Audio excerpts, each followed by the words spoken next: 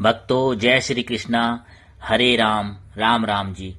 दोस्तों, कहते हैं कि अगर कोई भगवत चर्चा आपको सुनने को मिल रही है तो आपके इष्ट देवता, आपके भगवान की आप पे बहुत कृपा होती है। तो चलिए आज इसका अध्ययन करते हैं। हमारे साथ साथ आप भी गीता का थोड़ा सा ज्ञान लीजिए। तो कोशिश करते हैं प्रभु की इच्छा से कि भगवत गीता को जानें, पढ़ें, क्योंकि बड़े ही सौभाग्य से आपको ये पढ़ने और सुनने को मिलती है। जिसका सौभाग्य नहीं होता, जिस पे प्रभु की कृपा नहीं होती, उसको भगवत गीता या भगवत चर्चा सुनने को नहीं मिलती। तो आप अपने आप को बहुत भाग्यशाली समझें कि आपको गीता सुनने को मिल रही है। आइए इसका अध्ययन शुरू करते हैं। सबसे पहले दर्शन करिए प्रभुपाद जो हमारे इंटरनेशनल लेवल पे भगवत चर्चा फैलाई, तो इनके परम चरणों में वंदना करते हैं और इनके प्रभुपादों के दर्शन करते हुए हम इसका अध्ययन करेंगे।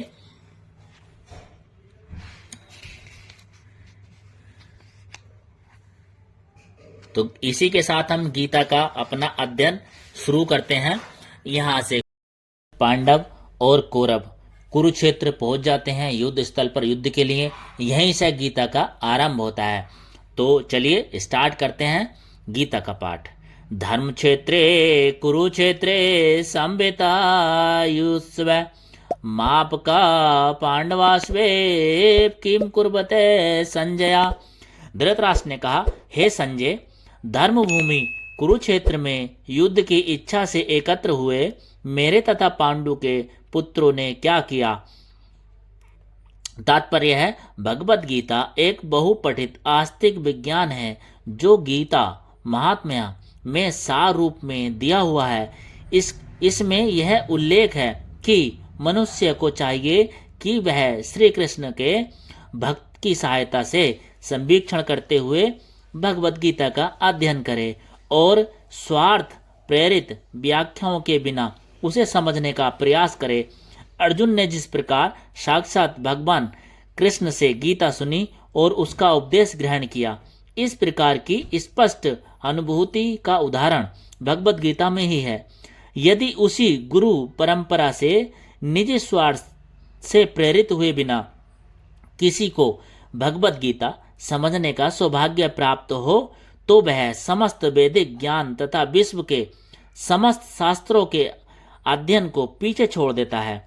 पाठक को भगवत गीता में न केवल अन्य शास्त्रों की सारी बातें मिलेंगी, अपितु ऐसी बातें भी मिलेंगी जो अन्यत्र कहीं उपलब्ध नहीं है। यह गीता का विशिष्ट मानदंड है। स्वयं भगवान श्री कृष्ण द्वारा साक्षात उच्चारित होने के कारण यह पूर्ण आस्तिक विज्ञान है। महाभारत में एक वर्णित धृतराष्ट्र तथा संजय की वार्ताएं इस महान दर्शन के मूल सिद्धांत का कार्य करती हैं। माना जाता है कि इस दर्शन की प्रस्तुति कुरुक्षेत्र के युद्ध स्थल में हुई, जो वैदिक युग से पवित्र तीर्थ स्थल रहा। इसका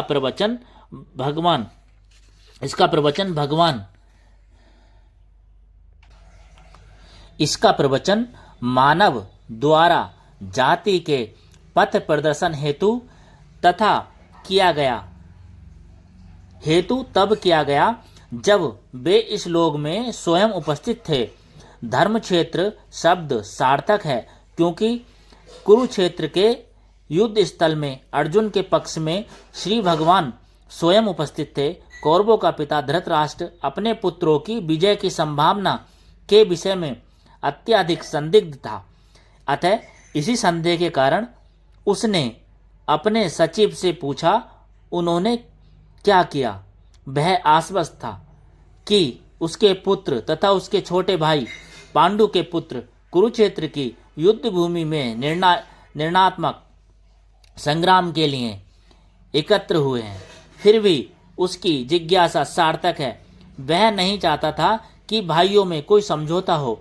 अतः वह युद्ध भूमि में अपने पुत्रों की नियति यानी भाग्य भावी के विषय में आश्वस्त होना चाह रहा था, क्योंकि इस युद्ध को कुरुक्षेत्र में लड़ा जाना था, जिसका उल्लेख वेदों में स्वर्ग के निवासियों के लिए भी तीर्थ स्थल के रूप में हुआ है। अतः धृतराष्ट्र अत्यंत भयभीत था कि इस पवित्र स्थल का युद्ध के परिणाम पर न जाने कैसा प्रभाव पड़े। उसे भली भांति ज्ञात था कि इसका प्रभाव अर्जुन तथा पांडु के अन्य पुत्रों पर अत्यंत अनुकूल पड़ेगा, क्योंकि स्वभाव से वे सभी पुण्यात्मा थे।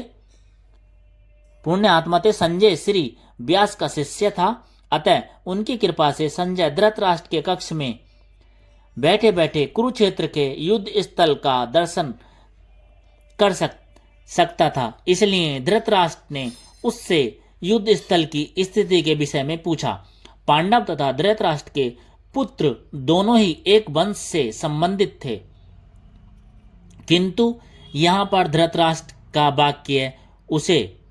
वाक्य से उसके मनोभाव प्रकट होते हैं। उसने जानबूझकर अपने पुत्रों को कुरु कहा और पांडु के पुत्रों को वंश के उत्तराधिकारी से विलग कर दिया। इस तरह पांडु के पुत्रों अर्थात अपने भतीजों के साथ धृतराष्ट्र की विशिष्ट मन स्थिति समझी जा सकती है। जिस प्रकार धान के खेत से अवांछित पौधों को उखाड़ दिया जाता है, उसी प्रकार इस कथा के आरंभ से ही ऐसी आशा की जाती है कि जहां धर्म के पिता श्री कृष्ण उपस्थित हों, वहां कुरुक्षेत्र रूपी खेत में दुर्योधन आदि धृतराष्ट्र के पुत्र रूपी अवांछित पौधों को समूल नष्ट करके युधिष्ठिर आदि नितांत धार्मिक पुरुषों की स्थापना की जाएगी। यहाँ धर्म क्षेत्र तथा कुरुक्षेत्र शब्दों की उनकी ऐतिहासिक तथा वैदिक महत्ता के अतिरिक्त यही सार्थकता है। नेक्स्ट अगले अध्याय में। तब तक के लिए जय श्री कृष्णा, हरि राम।